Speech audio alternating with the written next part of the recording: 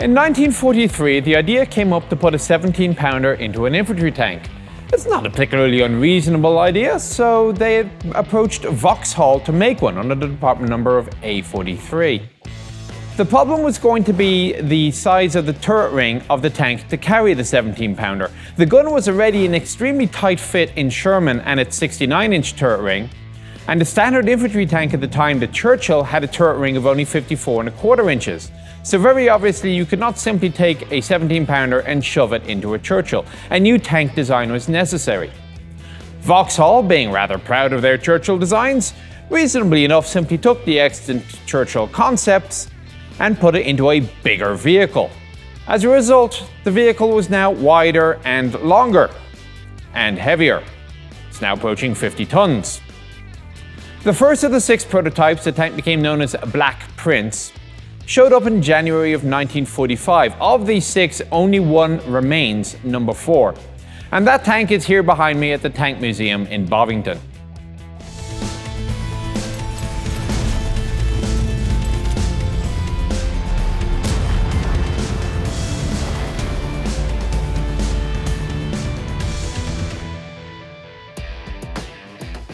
So starting the tour of the vehicle, I'm going to be a little bit different this time. I'm going to go anti-clockwise. You start off with part of the track tensioning system. You see it on the outside as well, and it looks like it hasn't really changed since World War I. You just kind of have this little screw here, idler goes backwards and forwards. The front slope, well, I say slope, I guess technically 0 degrees would be a slope. In the front hull, you will find a vertical plate of 6 inches of armor. This is no better than that of the Churchill. You'll see the driver's direct vision port, and to his left, the Beza machine gun. Now, the director of tank design opined that he had to have the vertical front slope because it was impossible to design a mount for the machine gun in a sloped armor front. Now, very quickly, you look at a Sherman and a T-34 and you wonder where this was coming from. Although, in fairness, it did take the Germans a little while to figure out how to do it on Panther. You had the early vehicles didn't have a ball mount, they just had a slit. A little bit lower on the actual slope, which is 2¼ inches, sloped at 70 degrees, you would have the 2 headlights. Beneath that, this little plate at 5½ inches is sloped at 20 degrees, and you see a toe mounted to the front. The mantlet is basically very similar to that of the Comet tank, derived from it, and similar enough to that which would eventually be found on Centurion as well. On the front slope, you'd find storage for 2 sledgehammers, and on the inside of the left track guard, 2 shovels. As you come around to the side of the very Churchill-like fenders, you will see that the idler has been lowered a little bit. It provides a bit of an angle to the fender, and it gives the driver a better view of the outside world. You can also see the track return, which is a very simple skid, again a bit like Churchill, and no fancy return rollers here. Come down to the rolling gear, and you will see the Churchill-derived suspension, although you will also note that they've added heavy-duty brackets to mount the wheels in pairs. The metal wheels, 14 inches, are running on metal track. Combine that with the track skid return, and this is not a tank for sneaking up on people with.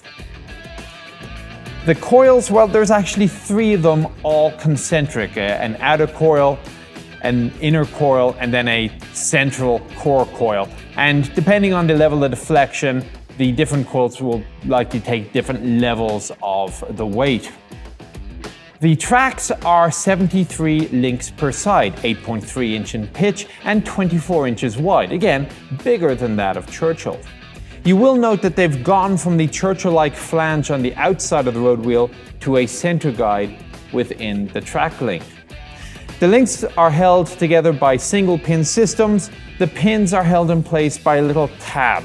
It's identical on each side, so you have to hammer the tab in or out if you have to break track.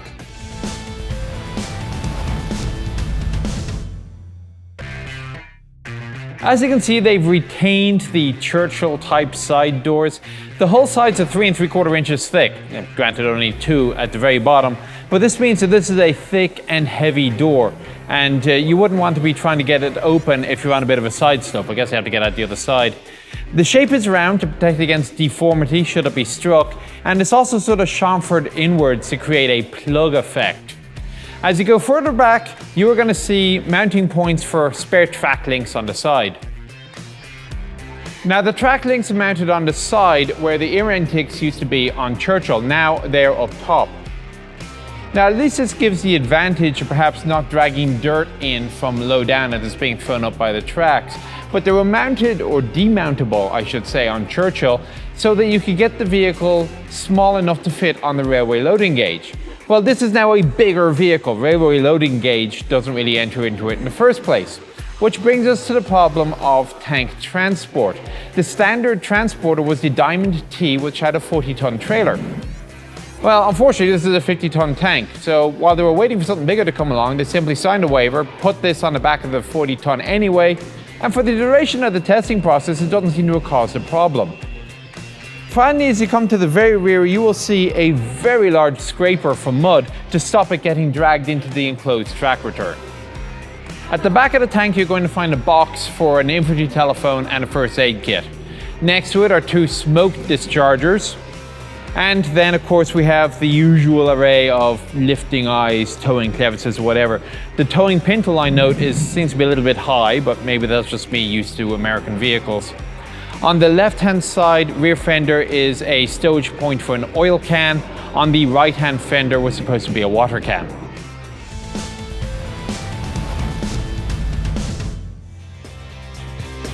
So welcome to the back deck, which looks quite sleepable actually. It's generally flat, although there are a number of protrusions to watch out for. I'm sitting on the gun crutch, and more or less beneath me is the Vauxhall gearbox. Now Vauxhall were very pleased to report in initial testing that for the first 60 miles, the clutch only needed adjusting 3 times, which does not strike me as being very reassuring. Underneath the engine deck, which I'm afraid I can't open due to asbestos concerns, and health and safety get very angry about that sort of thing, you would find the Bedford 120. It is a horizontally opposed 12-cylinder water-cooled engine that put out about 350 horsepower at 2200 RPM. Now this is basically the same engine as was mounted in Churchill, and that was no speed demon to begin with. So it was for Black Prince, with a maximum listed speed of 10.6 miles an hour. Now there was some consideration being put forward to putting a Meteor into this, possibly the entire pack system out of Comet. And it was estimated that this would get to about 22 miles an hour, but nothing for whatever reason ever came of this. Under the open hatch here you can see part of the final drive steering and braking system. It had the excellent Merritt Brown steering system, which was capable of neutral steer. Everybody loved it.